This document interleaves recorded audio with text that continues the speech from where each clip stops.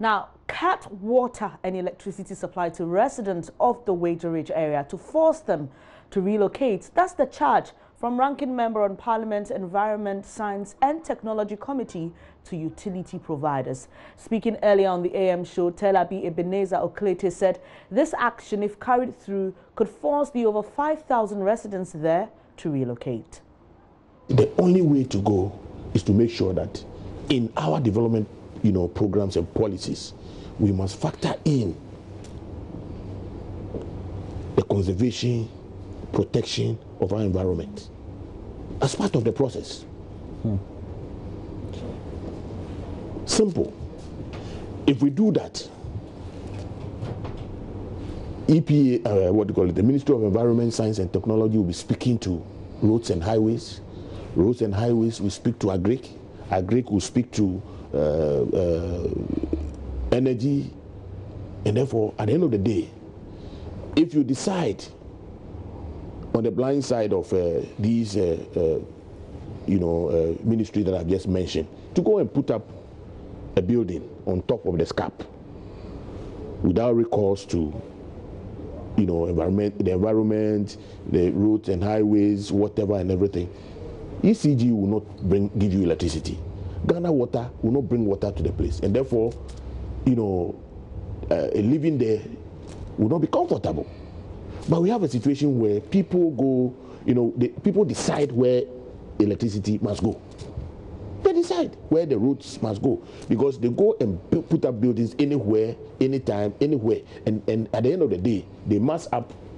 And because of politics, we want numbers, and therefore, if they embark on demonstration, then we quickly mobilize and give them what they need in that area.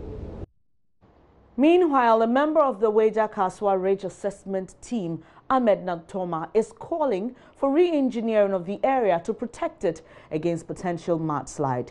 Mr. Naktoma, who is part of a team of experts who've been visiting the area, described the situation as very dangerous. Various experts have warned a major tragedy similar to the mudslides that wiped away an entire community at Sugarloaf in the capital of Sierra Leone just a year ago could hit the Weija Kaswa Ridge. When we saw it, we made some recommendations, NADMO and the national security concerning this whole problem. And the first one was to stop further redevelopment of that area so that it can be resolved. I mean, an engineering solution could be found to the cracked side of the hill and the erosion that was actually developing deep gullies and with the potential to move the sand onto the lower ground, which is the buildings below and towards the road. We followed up, but the change of government led to a stall in all these arrangements. So recently, we are tasked again to go revisit the area and see what has been done. The gully is becoming bigger and bigger, and there is a whole chunk that is actually just hanging. It is not attached to the original rock. It's just hanging with erosion going deeper and deeper. And we are afraid that with any heavy rain, that one will move. And if it moves, we can have an issue like the Sierra Leone kind of mud slides on our hands. And a lot of buildings just below that, they find an engineering solution to it as quickly as possible. Something disastrous could happen. Even if you still move them and the place is not re-engineered or stabilized, the mountain could still move. So moving them probably for their own safety, yes, it will be like a first solution before the mountain can be re-engineered. But before then, a team needs to be put together to assess the whole thing and see how it can be re-engineered. And if it involves moving the people, then it will be part of the re-engineering plan. But if it can be re-engineered without actually moving the people, that could also be considered. Because people have put up some nice buildings there, and it will be difficult to tell the person to move. We just want a way where people can, the disaster can be prevented from happening. So you have been there. How serious is the situation that we have on our hands? Oh, it's very serious. Because if you look at the gullies that are developing behind the mountain, you see, sometimes you are building on the whole plot itself is safe. But behind the plot, there's a whole big gully developing there. And as it rains, you can see the erosion keep on chopping and moving forward. And one day when that gully expands, and that material there is very soft material. So when the water comes too much, about 2-3 hours of heavy rain, then you can see the mud starting to move a bit.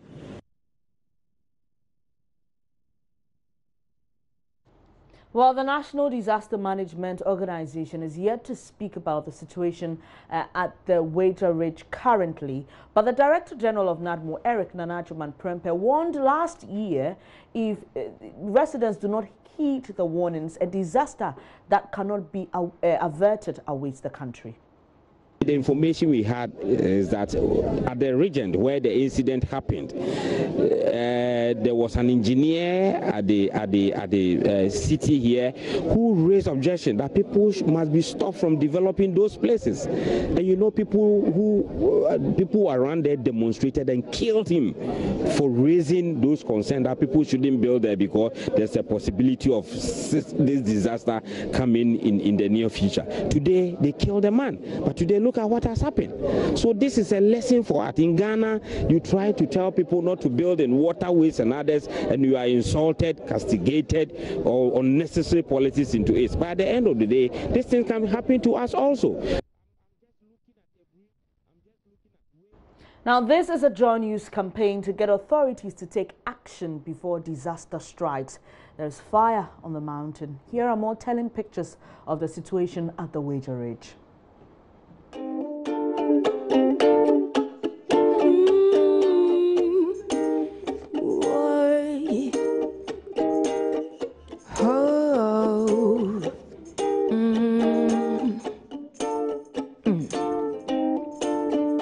There is fire on the mountain, and nobody seems to be on the run. Oh, there is fire on the mountain top, and no one is running. I wake up in the morning, tell you what I see on my TV screen.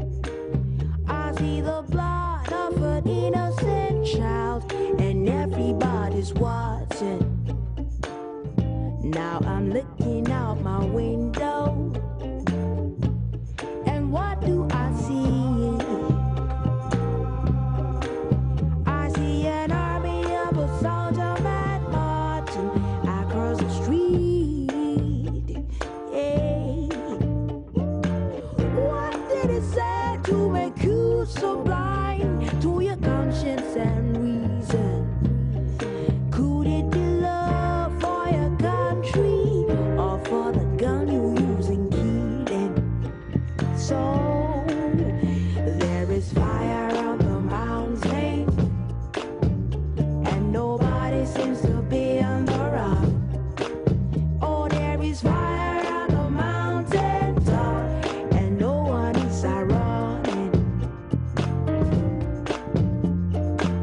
Hey, Mr. Loverman, can I get a chance to talk to you? 'Cause you are fooling with a dead man's corpse, and you don't know what you do. Oh, so little Lucy turned 16, and like the movie she's been seeing, she has a lover in her daddy. She can't tell nobody till she makes the evening news. For there is fire on the mountain, and nobody seems to be on the run. Oh, there is fire on the mountain top, and no one is running. Oh, yes. One day the river will overflow, and there'll be nowhere for us to go, and we will run, wishing we had put out the fire.